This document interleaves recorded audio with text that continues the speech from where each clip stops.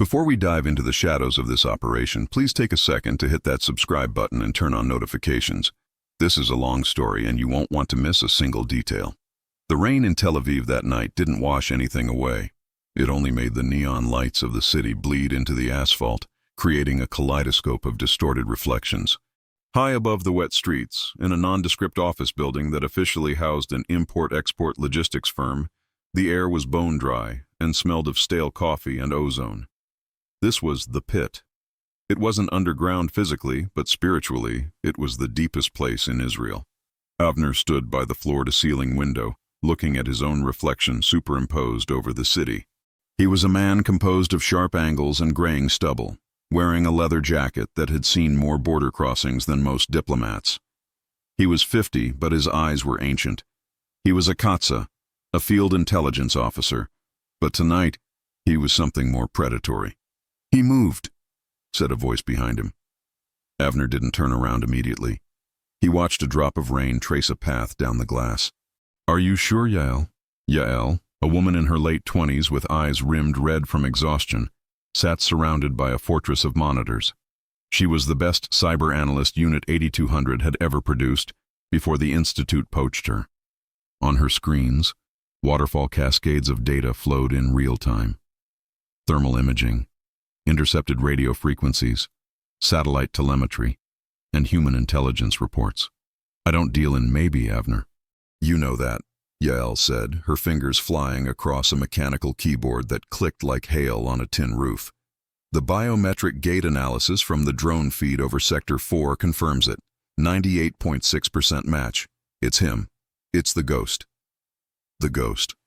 His real name was believed to be Ibrahim al-Malik, but nobody used it anymore. Names were for people who existed, who paid taxes and went to the grocery store. The ghost didn't exist. He was a phantom who had haunted the nightmares of the Israeli defense establishment for a decade. He was the architect of the invisible network, the man who built the tunnels not just as transport, but as a weapon. He had survived 4 targeted airstrikes. He had survived a poisoned letter. He had survived a car bomb that vaporized his entire entourage. He had become a myth. And myths are dangerous because you cannot kill a myth with a bullet. You have to dismantle it. Avner turned from the window. The room went silent. The 3 other operatives in the room, Eitan, the heavy weapons specialist, Danny, the infiltration expert, and Sarah, the medic and linguist, looked up. "Where?" Avner asked. "Khan Yunis," Yael replied, pulling up a grainy black and white thermal video on the main screen. He surfaced. For 12 seconds. He moved from a school complex to a private residence 2 blocks east. He thought the cloud cover would hide him. He was wrong. Avner walked to the screen, studying the white blob of heat moving across the gray background. It was a distinctive limp. The result of the second assassination attempt in 2018. "Why now?" Eitan asked, crossing his massive arms. "He hasn't been topside in 6 months. He runs the war from the deep tunnels. Why risk exposure?" "He's meeting someone," Avner said softly. "Someone he can't talk to over a wire. Someone he can't trust with a courier." "Who?" "That doesn't matter," Avner said, his voice dropping an octave. "What matters is that we have a location and we have a window. The residence is a safe house. If he's there, he's staying for the night. The cloud cover is heavy. No air support can guarantee a clean hit without leveling the block, and the brass won't authorize a strike that size right now. Too much heat internationally." The team knew what that meant. If a bomb couldn't do it, a hand had to. "We go in," Avner said. The silence that followed was heavy. Going into Khan Yunis on the ground wasn't just dangerous. It was suicide. It was the heart of the hornet's nest. "The Prime Minister has already signed the red page," Avner added, referring to the authorization for a lethal operation on foreign soil or hostile territory. "We have green light for a kinetic extraction or elimination. Priority is confirmation of death. We need the body, or at least DNA. We need to prove the ghost is just a man." "How do we get in?" Danny asked, leaning forward. "The border is sealed tight. Sensors, patrols, drones." Avner pulled a map from his jacket pocket and spread it over Yael's console. It was an old map, hand-drawn, showing lines that didn't exist on Google Earth. "We don't go through the border," Avner said, tracing a line that went out into the Mediterranean Sea and hooked back in. We go under the waves. Naval commando drop 2 miles off the coast. We swim in. We move through the blind spot in their coastal radar that Yael found last week. We hit the house, we neutralize the target, and we vanish before sunrise. It's a long swim, Sarah noted, checking her watch, and a longer walk through hostile territory. That's why we leave in an hour, Avner said. Check your gear. No IDs. No Hebrew labels on the equipment. Sterile weapons. If you get caught, you are mercenaries. You are nobody. You are ghosts hunting a ghost. The Mediterranean was angry. The waves were chopping at 4 feet, blacker than ink, crashing against the rubber hull of the Zodiac boat. The spray tasted of salt and diesel. Avner sat at the bow, checking the seal on his rebreather. The team was dressed in full tactical wetsuits, their faces blackened with camouflage grease. They looked like shadows given form. Around his waist, Avner felt the reassuring weight of his suppressed MCX rifle, wrapped in waterproof casing. The boat engine cut. Silence rushed in, filled only by the roar of the ocean. The pilot, a kid from the Shayatet 13 Naval Unit, gave them a thumbs up. This was the drop point. Comms check, Avner whispered into his bone conduction headset. 2, solid, Eitan's voice came through, clear despite the wind. 3, solid, Sarah said. 4, solid, Danny confirmed. Eye in the sky is online. Yael's voice came from the operations center back in Tel Aviv, miles away but sounding like she was sitting next to them. I have you on thermal. You have a 3-kilometer swim to the breach point. The current is strong, pulling north. Adjust your vector. Copy that, Avner said. He looked at his team. There were no speeches, no patriotic rallies, just a nod. One by one, they rolled backward off the boat and into the freezing embrace of the sea. The water was a shock, even through the wetsuit. Avner kicked his fins, descending to 10 feet to avoid the surface turbulence. It was a silent world down here. He followed the glowing green compass on his wrist navigation board. Swimming 3 kilometers with 50 pounds of combat gear is an exercise in misery. It burns the lungs and turns muscles into lead. But Avner focused on the rhythm. Kick, glide, kick, glide. He thought about the ghost. He thought about the bus station in Jerusalem 3 years ago. The ghost had planned that. Avner had been there, off duty, buying a coffee. He remembered the sound, not a boom, but a tear in the air. He remembered the silence that followed before the screaming started. He remembered the smell of burnt plastic and iron. The ghost had watched that on a screen, safely hidden in a tunnel, probably drinking tea. Kick, glide. Tonight, the tea party was over. 40 minutes later, the sandy bottom began to rise. They were approaching the surf zone. Avner broke the surface carefully, just his eyes and the top of his head scanning the darkness. The beach was desolate. Ruins of a fishing wharf lay to the left. The drone intel said this stretch of beach was mined, but there was a narrow corridor used by smugglers. Yael guided them in. Left, 10 meters. Stop. Patrol vehicle approaching. Avner submerged instantly. He held his breath, listening to the muffled hum of an engine passing on the sand nearby. He counted the seconds. The hum faded. Clear, Yael whispered. They crawled onto the sand like amphibious creatures, shedding their fins and burying the rebreathers in a prearranged cache point under a pile of rotting fishing nets. They switched from swimmers to soldiers. Weapons were unbagged, checked, and loaded. Night vision goggles, panoramic quad tubes, were lowered, turning the pitch-black world into a glowing white phosphor daylight. 2 kilometers to target, Avner signaled with a hand motion. Formation Delta, keep spacing. They moved into the urban sprawl. Khan Yunis at night was a labyrinth of shadows. The buildings were scars against the sky, some half collapsed, others standing like hollow teeth. The streets were empty, but the air felt heavy with watching eyes. Every window was a potential sniper nest. Every pile of trash was a potential IED. They moved with practiced fluidity, hugging the walls, stepping heel to toe to dampen the sound of their boots on the rubble. Movement, 12 o'clock high. Eitan whispered. Avner froze. He looked up. On a rooftop 300 meters away, a silhouette paced back and forth. A sentry. He was smoking. The tiny cherry of the cigarette glowed in the night vision. "Avoid him," Avner commanded. "We are not here to start a war. We are here for one man." They diverted through an alleyway, stepping over stagnant water and rusted metal. The smell here was intense: sewage, dust, and unwashed humanity. "Approaching the target compound," Yael announced. "Heat signature is still stationary in the second-floor eastern room. He hasn't moved. He thinks he's safe." The safe house was a 2-story concrete block surrounded by a high wall. It looked like every other house on the street except for the 2 armed men standing by the iron gate. "Danny, Eitan, take the gate guards. Simultaneous. Silent. On my mark," Avner ordered. Danny and Eitan melted into the darkness, flanking the gate. Avner and Sarah provided overwatch, their rifles trained on the men's chests. The guards were relaxed, talking quietly, their AK-47s slung over their shoulders. They had no idea that death was standing 3 feet away. 3, 2, 1, execute. It happened in a blur. Danny and Eitan moved with terrifying speed. There was no shouting, no gunfire. Just the soft sounds of struggle, a stifled gasp, and the dragging of bodies into the shadows. "Clear," Eitan whispered. Avner moved up. "Stack on the door.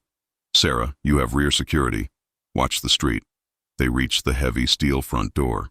It was locked. Eitan pulled out a specialized hydraulic breaching tool, smaller than a jack but capable of exerting tons of pressure. He wedged it into the frame. Crack. The metal gave way with a sound that seemed deafening in the silence, though it was barely a pop. Avner took point. He pushed the door open, his rifle raised. The hallway was dark. They swept the ground floor. Empty. Just a few sleeping mats and a kitchen with dirty dishes. "Upstairs," Avner signaled. The stairs were narrow, made of bare concrete. Avner controlled his breathing. His heart rate was steady at 60 beats per minute. This was the moment, the threshold between the hunt and the kill. He reached the landing. There was light coming from under a door at the end of the hall. Avner looked at Eitan and Danny. He held up 3 fingers. 3, 2, 1. They burst into the room. "Freeze! Hands!" Avner shouted in perfect Arabic, his voice booming like thunder in the small space. The man in the chair spun around. Avner's finger tightened on the trigger, taking up the slack. He saw the face, the beard, the scar above the eye, the dark eyes wide with shock. It was him. It was the ghost. But something was wrong. The ghost wasn't reaching for a weapon. He wasn't reaching for a suicide vest detonator. He was holding a phone, and on the table in front of him, illuminated by the harsh light of a single bulb, was a map of Tel Aviv. And next to the map, a baby monitor. The ghost looked at Avner, and for the first time in history, the monster looked terrified, not of death, but of something else. "You're late," the ghost said. Avner paused. This wasn't in the script. "On your knees, now." "You don't understand," the ghost said, his voice trembling. He dropped the phone. "I didn't call the meeting to plan an attack." Avner kept his aim locked on the man's forehead. "Secure him," he ordered Eitan. Eitan moved forward, zip-tying the man's hands behind his back. "Search the room," Avner ordered. "Intel said he was meeting someone. Where is the contact?" "There is no contact," the ghost said, wincing as Eitan tightened the cuffs. "I called you." Avner froze. "What?" "I leaked my location," the ghost hissed. "I walked out in the open so your drone would see me. I needed you to come." "Why?" Avner asked, the cold feeling in his stomach returning. The ghost looked up, his eyes desperate. "Because he is coming. And if you don't stop him, what I did to you people will look like a mercy." Avner lowered his rifle an inch. "Who is coming?" "The engineer," the ghost whispered. "My successor. He staged a coup in the tunnels 3 days ago. He wants to use the Jericho protocol. I tried to stop him. He killed my men. He's going to launch it tonight." "What is the Jericho protocol?" Avner demanded, grabbing the man by his collar. "Chemical," the ghost said. "Sarin gas, through the water supply, tonight, at dawn." Avner looked at his watch. Dawn was in 3 hours. "Yael," Avner spoke into the comms, his voice urgent. "Did you copy that?" "I copied." Yael's voice came back, sounding shaken. Avner, I'm looking at the chatter now. There's a spike in encoded signals coming from a location 2 miles north of you. Deep underground. Is he lying? Avner asked. The signals match the profile of a major operational launch, Yael said. And, Avner, the biometrics on the prisoner. Stress levels indicate he's telling the truth. He's terrified. Avner looked at the ghost of Gaza. The man who had been the face of terror was now pleading for help. We have to go, the ghost said. I can take you to the entrance. Only I know the code to the blast doors. If we don't get there, thousands will die. Avner looked at his team. The mission was to kill this man, to end the myth. But now, the mission had changed. Get him up, Avner said. New plan. We're taking him with us. To Israel? Eitan asked. No, Avner said, checking his magazine. We're going into the tunnels. With him. The rain had stopped, leaving the streets of Khan Yunis glistening and slick. The silence of the city felt different now. Less like a sleeping beast, and more like a held breath before a scream. They moved in a diamond formation, the ghost, Al-Malik, in the center, tethered to Eitan. The prisoner moved with his characteristic limp, but he set a fast pace. 2 blocks north, then into the basement of the clinic. Al-Malik whispered, If this is a trap, Eitan growled into the man's ear, you will be the first to die. I promise you that. If it were a trap, you'd already be dead. Al-Malik retorted. The engineer has thermal sensors on every corner. I disabled them on this route yesterday. Why turn? Avner asked, scanning the rooftops. Why help us? I fight for land, Al-Malik said, his voice bitter. I fight for my people. Poisoning water, killing children with gas. That is not war. That is madness. The engineer, he is young. He is from the new generation. They want to burn the world down just to see the ash. They reached the clinic. It was a bombed-out shell of a building. The front sign hung by a single wire, creaking in the wind. Basement, Al-Malik indicated. They descended the stairs, their boots crunching on broken glass and discarded medical supplies. The smell of antiseptic and mold was overpowering. Al-Malik led them to a heavy industrial refrigerator unit. Behind this! Eitan and Dani shoved the heavy unit aside. Behind it was a hole in the concrete, rough and dark. A ladder descended into the abyss. Welcome to my city, Al-Malik said. Dani, take point. I'm rear guard. Eitan, keep the package close, Avner ordered. They climbed down. The air grew cooler, damper. They were 30 feet underground now. The tunnel was narrow, reinforced with concrete slabs. Wires ran along the ceiling, powering dim yellow bulbs every 20 meters. This is the main artery, Al-Malik explained as they reached the bottom. It connects Sector 4 to the command hub. The engineer will be in the hub. How far? 1 kilometer. They began to jog. The tunnel was claustrophobic. The walls seemed to press in. Avner felt the weight of the earth above him. This was the ghost's domain. To fight him here was usually a death sentence, but fighting with him felt surreal. Hold, Dani signaled, raising a fist. The team froze. Tripwire, Dani whispered. Laser-based, infrared, barely visible. He pulled out an aerosol spray and spritzed the air in front of him. A thin red line appeared, crossing the tunnel at ankle height. He knows we're coming? Avner asked. No, Al-Malik said. Standard defense. If you trip that, the ceiling collapses. We'd be buried alive. Dani carefully stepped over the beam. The others followed. They moved deeper. The air quality deteriorated. It smelled of ozone and unwashed bodies. Contact front. Yael's voice cut through the comms. Seismic sensors picking up footsteps approaching your position. 3 hostiles, moving fast. Ambush positions, Avner hissed. They pressed themselves into alcoves cut into the tunnel walls. The lights in this section were out, giving them the advantage of their night vision. The footsteps grew louder. Voices echoed, young, urgent, speaking rapid Arabic. Did you hear that? One voice asked. It's nothing, just rats. Hurry, the engineer wants the canisters prepped. 3 men rounded the bend. They were heavily armed, wearing tactical vests that looked brand new. They weren't the ragged militia of the past. These were well-equipped soldiers. Avner waited until they were parallel to the team. Pft, pft, pft. 3 shots, 3 bodies hit the floor. "Move," Avner said, stepping over the fallen men. He didn't look at their faces. There was no time. They reached a massive steel blast door. It looked like the entrance to a bank vault. "This is it," Al-Malik said. "The hub." "Open it," Avner ordered, shoving Al-Malik toward the keypad. Al-Malik hesitated. "If he changed the code, try it." Al-Malik's trembling fingers punched in a 6-digit sequence. 710198. The keypad beeped red. "Access denied." "He changed it," Al-Malik whispered, panic rising in his voice. "Try again," Eitan barked. "It's a lockout system. 3 tries and the door seals permanently and the ventilation shuts off." "Think," Avner said. "He was your protege. What would he use?" Al-Malik closed his eyes. He was obsessed with the date of the first Intifada, but he might use the date his brother died. "We have 1 shot," Avner said. "Yael, can you bypass?" "Negative," Yael replied. "That system is hardwired, air-gapped. I can't touch it from here. You need a physical bridge." "We don't have time for a bridge," Avner said. He looked at Al-Malik. "Do it." Al-Malik took a deep breath. He typed 091287. The keypad blinked yellow, then green.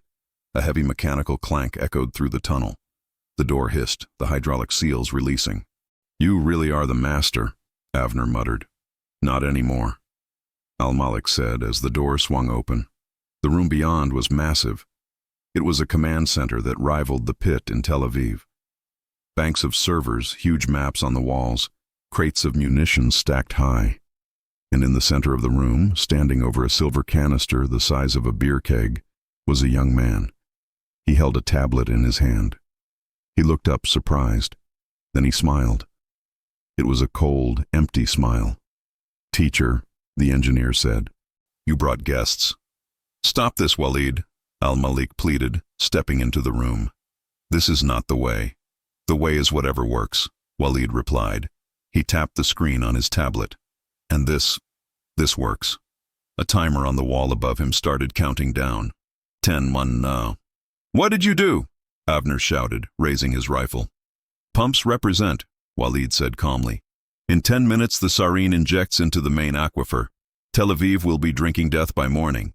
"Take him!" Avner yelled. Walid dropped behind a steel desk as Avner and Eitan opened fire. Bullets sparked off the metal. Suddenly, heavy machine gun fire erupted from the catwalks above. It was a trap. The room was filled with the engineers' guards. "Cover!" Eitan roared, dragging Al-Malik behind a stack of crates. The team was pinned down. Bullets chewed up the concrete around them. The noise was deafening. "Yael, we need a diversion," Avner screamed into the comms.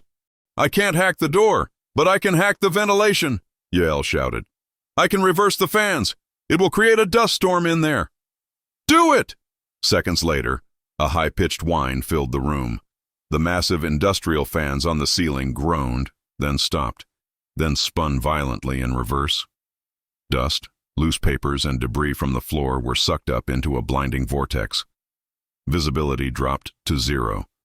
"Now, thermal on," Avner commanded. The team switched their vision. Through the swirling dust, the heat signatures of the enemies on the catwalks were glowing red targets. Crack, crack, crack. Avner and Danny picked them off one by one. The bodies tumbled from the catwalks. "Move up." They pushed toward the center console. The timer read 0845. Walid popped up, firing a pistol blindly. Eitan suppressed him with a burst of fire. "The canister," Al-Malik shouted. "Don't shoot the canister. If it ruptures here, we all die." Avner realized the tactical nightmare. They had to neutralize Walid without hitting the bomb sitting next to him. "I'll draw his fire," Danny said. "Eitan, flank right." Danny broke cover, sprinting across the open floor. Walid turned and fired. Danny stumbled, clutching his shoulder, but kept moving, rolling behind a server rack. "Danny!" Sarah screamed. "I'm good. Go!" Danny yelled back, though his voice was tight with pain. Eitan used the distraction to charge. He was a bull. He vaulted the desk. Walid tried to turn, but Eitan's fist connected with his jaw. The sound was like a hammer hitting meat. Walid crumbled. Avner was there a second later. He grabbed the tablet from the floor. Passcode required to abort. "The code!" Avner shouted at the unconscious Walid. He slapped him. "Wake up!" Walid groaned, blood bubbling from his mouth. He looked at the timer. 0720. "I won't tell you." Walid gargled. "Martyrdom." "Al-Malik," Avner shouted. "Get over here." The ghost limped forward. He looked at the tablet. He looked at his former student. "He won't tell you," Al-Malik said sadly. "He is committed." "Can you hack it?" Avner asked. "No. It's biometrically locked to his retina," Al-Malik said. Avner looked at the unconscious man. He looked at the tablet's camera. "Hold his eye open," Avner said grimly. Eitan grabbed Walid's hair, yanking his head back. He pried the swollen eyelid open. Avner held the tablet in front of Walid's face. Scanning. Scanning. Retina not recognized. Subject unconscious, pupil dilation insufficient. "Damn it." Avner threw the tablet down. "It knows he's out. It needs a conscious response." "We have to wake him up," Sarah said, rushing over. She pulled a syringe of adrenaline from her medkit. "This will do it." She jammed the needle into Walid's neck. Walid's eyes snapped open. He gasped, thrashing. "Hold him!" Eitan pinned him down. Avner grabbed the tablet again. "Look at it!" Avner roared. Walid squeezed his eyes shut. "No, Walid," Al-Malik said, his voice surprisingly gentle. "Look at me." Walid kept his eyes shut. "Traitor." "Walid," Al-Malik said, kneeling down. "Do you remember the day we met? You were starving. I gave you bread. I told you that we fight for life, not for death. When did you forget that?" Walid didn't answer, but his struggling lessened. "Open your eyes, son," Al-Malik whispered. "Don't become the monster they say we are." Walid hesitated. Slowly he opened his eyes. He looked at Al-Malik. Avner instantly thrust the tablet into his line of sight. Beep. Access granted. Abort sequence. YN Avner smashed his finger onto the Y. Sequence aborted. The timer froze at 0412. The hum of the pumps died down. The room fell into a heavy silence. Avner slumped against the desk, letting out a breath he felt he'd been holding since Tel Aviv. He looked at Al-Malik. The ghost was staring at Walid, tears streaming down his face. "Secure them," Avner said, his voice tired. "Both of them." The extraction was harder than the infiltration. Danny was wounded, bleeding from a shoulder hit. They had 2 prisoners, and they had to move back through the tunnels before the engineers' backup forces realized the comms had gone silent. "We can't go back the way we came," Al-Malik said, his hands zip-tied again. "They will be waiting at the clinic." "Where then?" Avner asked. "There is an old smuggling tunnel. It comes out near the beach, near your boat." "Lead the way," Avner said, "but if you make one wrong turn—" "I know," Al-Malik said. They moved slowly. Eitan carried Dani. Avner kept his gun pressed to Walid's back. Sarah monitored the rear. The tunnel was ancient, smelling of wet earth and rot. It was unlit. They relied entirely on their night vision. "How much farther?" Sarah whispered. 500 meters, Al-Malik said. Suddenly the ground shook. Dust rained from the ceiling. "What was that?" "Mortars," Avner said. "Surface side. The sun is coming up. The morning exchange is starting." They hurried. The tunnel sloped upward. Finally they saw a grate. Faint gray light filtered through. Eitan pushed the grate open. They emerged into the ruins of the old fishing wharf, exactly where they had landed. The sea was calmer now, gray under the dawn sky. "Boat is still secure," Yael confirmed over the comms. "Extraction team is inbound. ETA 10 minutes. Avner looked at Al-Malik. The ghost of Gaza stood on the sand looking at the ocean. He had never seen the ocean from this side of the fence without fear. "You saved a lot of people today," Avner said. Al-Malik looked at him. "I didn't do it for you." "I know. What happens now?" Al-Malik asked. "Do I go to a black site? Torture? Prison for the rest of my life?" Avner looked at the man. He thought about the red page. The order was elimination or capture. Technically, he had captured him. But Avner looked at Walid, the young extremist full of hate. That was the future if men like Al-Malik were gone. The Zodiac boat appeared in the distance, bouncing over the waves. Avner made a decision. It was a decision that would end his career if anyone found out. But Avner was tired of the cycle. He walked over to Al-Malik. He pulled out his knife. Eitan tensed. Avner? Avner cut the zip ties on Al-Malik's wrists. The team froze. Avner, what are you doing? Sarah asked, her voice high. The ghost of Gaza died in the tunnel, Avner said loudly, looking Al-Malik in the eye. He was killed in the firefight. We couldn't retrieve the body because the tunnel collapsed. He pointed to Walid. We have the engineer. He is the prize. Al-Malik rubbed his wrists. He looked at Avner with shock. Why? Because you were right, Avner said. Monsters don't save cities. Go. Go where? Anywhere but here. You have 10 minutes before the extraction team lands. If you are still here, I will arrest you. If you ever build another tunnel, I will find you and I will kill you. Do you understand? Al-Malik nodded slowly. The ghost is dead. Go. Al-Malik didn't look back. He turned and ran into the ruins, disappearing into the shadows of the dawn. Avner watched him go. Avner, Eitan said, stepping up beside him. The brass. They will want proof. Avner reached into his pocket and pulled out the bloodied headscarf Al-Malik had been wearing. Here's your DNA sample. We say he was buried under the rubble. Eitan looked at the scarf. Then he looked at Avner. He nodded. Understood. The tunnel collapsed. Sarah nodded. Collapsed. Danny, grimacing in pain, gave a thumbs up. The Zodiac boat hit the sand. The extraction team jumped out, weapons raised. Status? The team leader shouted. Avner walked forward, dragging Walid by the collar. He looked tired, old, and ready for a cigarette. Mission accomplished, Avner said. Target neutralized. 1 prisoner secured. Let's go home.